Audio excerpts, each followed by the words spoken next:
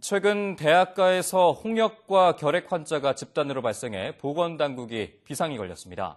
예방접종을 해도 시간이 지나면 면역력이 떨어지면서 전염될 수 있는데요.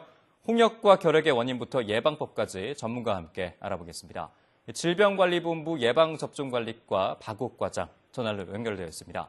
과장님 안녕하십니까? 네, 안녕하세요. 네, 홍역과 결핵은 사실상 국내에서는 더 이상 없는, 그러니까 사라진 질병이나 다름없었는데 이렇게 대학가에서 집단으로 발생한 원인이 있습니까? 전염병은 생명이 있는 생명체에 의해서, 병원체에 의해서 발생하는 것이기 때문에 쉽게 사라지지 않습니다. 네. 홍역은 우리나라가 퇴치를 위해서 노력하고 있고 세계보건기구로부터 2014년 3월에 퇴치 인증을 받았습니다. 그렇지만 이 인증이 우리나라에서 더 이상 홍역이 발생하지 않는다라는 것이 아니고요. 국내에서 토착화되어 있는 홍역이 없어졌다는 것입니다. 외국에서 홍역이 지속적으로 발생하고 있기 때문에 언제든지 홍역이 다시 국내로 들어올 수 있습니다. 지난해 107명의 홍역 환자가 있었는데 모두 해외에서 유입된 바이러스에 의한 것으로 판명이 되었고 국내에 자체적으로 토착화된 바이러스에 의한 감염이 없다고 판단되어서 홍역 퇴치 인증을 받은 것입니다. 특히 최근에 국내에서 유행하는 홍역은 해외여행이라든지 외국과 교류가 잦은 데다가 외국에서 2013년 이후로 홍역 발생이 엄청나게 증가했거든요. 네. 그래서 외국에서 지속적으로 유입이 되고 있기 때문에 발생하고 있습니다. 과거에 예방접종을 받은 적이 없거나 받았더라 하더라도 시간이 많이 경과해서 면역이 떨어진 경우에는 극히 일부에서 홍역에 걸릴 수 있습니다. 근데 결핵 같은 경우는 국내에서 한 번도 사라진 적이 없었고요. 매년 4만 명 이상씩 우리나라에서 발생을 하고 우리나라에서 가장 질병 부담이 높은 전염병이고요.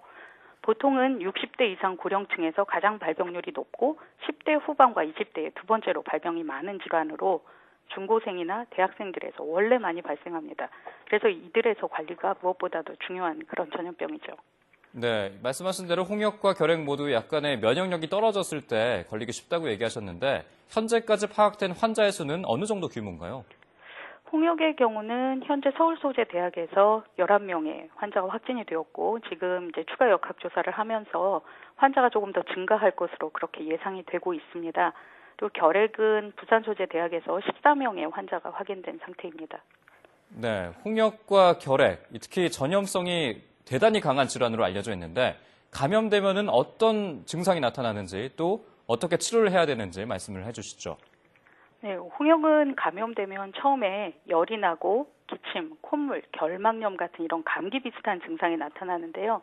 이 이후에 발진이 얼굴부터 출현을 해서 목, 몸통, 사지로 이렇게 퍼져나갑니다. 중이염이라든지 폐렴 같은 이런 합병증이 오기도 하고요. 홍역의 경우는 바이러스 감염병이기 때문에 특별한 치료가 없습니다. 그냥 증상에 대한 대증 치료를 하고 보통은 별 문제 없이 회복이 됩니다.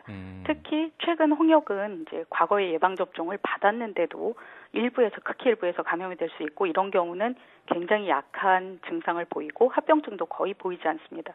그래서 예방접종을 받은 경우는 걸리더라도 약하게 앓기 때문에 꼭 예방접종을 받아야겠습니다.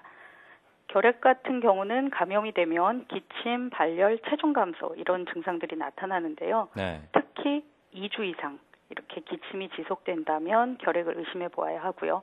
가장 중요한 것은 결핵은 진단을 받으면 항결핵제를 6개월 이상 복용해야 하는데 결핵약이 먹기가 굉장히 어렵습니다. 그래서 중단을 많이 하는데요.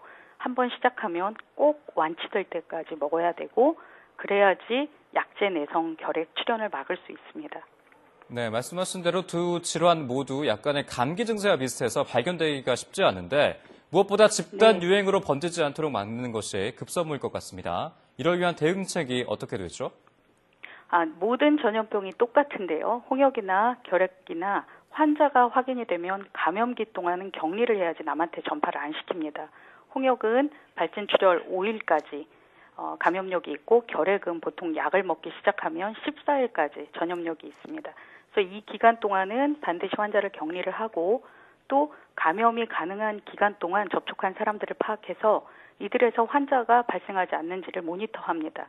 홍역은 예방접종이 무엇보다도 효과적인 예방법이기 때문에 주변 접촉자들 또는 주변 사람들 중에서 예방접종을 받은 적이 없는 경우는 예방접종을 시행하고 있습니다. 이번에 이제 서울의 대학에서도 학생들에 대해서 예방접종력을 확인해서 없는 경우 접종을 시행하는 것도 바로 이런 이유 때문이고요. 결핵은 주변 사람들 중에 잠복 감염이 없는지 확인하고 잠복 감염이 확인이 되면 예방치료를 하고 있습니다. 네, 마지막으로 이 두 질환 모두 면역력이 떨어질 때 걸리기 쉽다고 말씀하지 않으셨습니까? 그렇다면 네네. 우리 몸의 면역력을 높이고 또 이러한 전염병을 예방할 수 있는 방법이 있다면 어떻게 해야 할까요? 예방접종이 기본적으로 전염병에 대한 면역력을 높이는 가장 비용 효과적인 방법입니다. 그래서 네. 국가가 권하는 필요한 예방접종은 모두 완료해야 되고요. 손 씻기라든지 기침할 때 꼭 가리고 하는 이런 기본적인 감염 예방 수칙 꼭 지키는 것이 중요합니다. 또 건강한 식생활, 운동, 스트레스 줄이기. 스트레스가 늘어나면 결핵도 증가한다라는 보고도 있거든요. 이런 기본적인 면역력을 높이기 위한 생활 수칙 지키는 것들이 중요하겠습니다. 네, 지금까지 대학가에서 홍역과 또 결핵 환자가 급증하는 원인과 예방법에 대해서 알아봤습니다. 지금까지 질병관리본부 예방접종관리과 박옥 과장이었습니다. 오늘 말씀 고맙습니다. 감사합니다.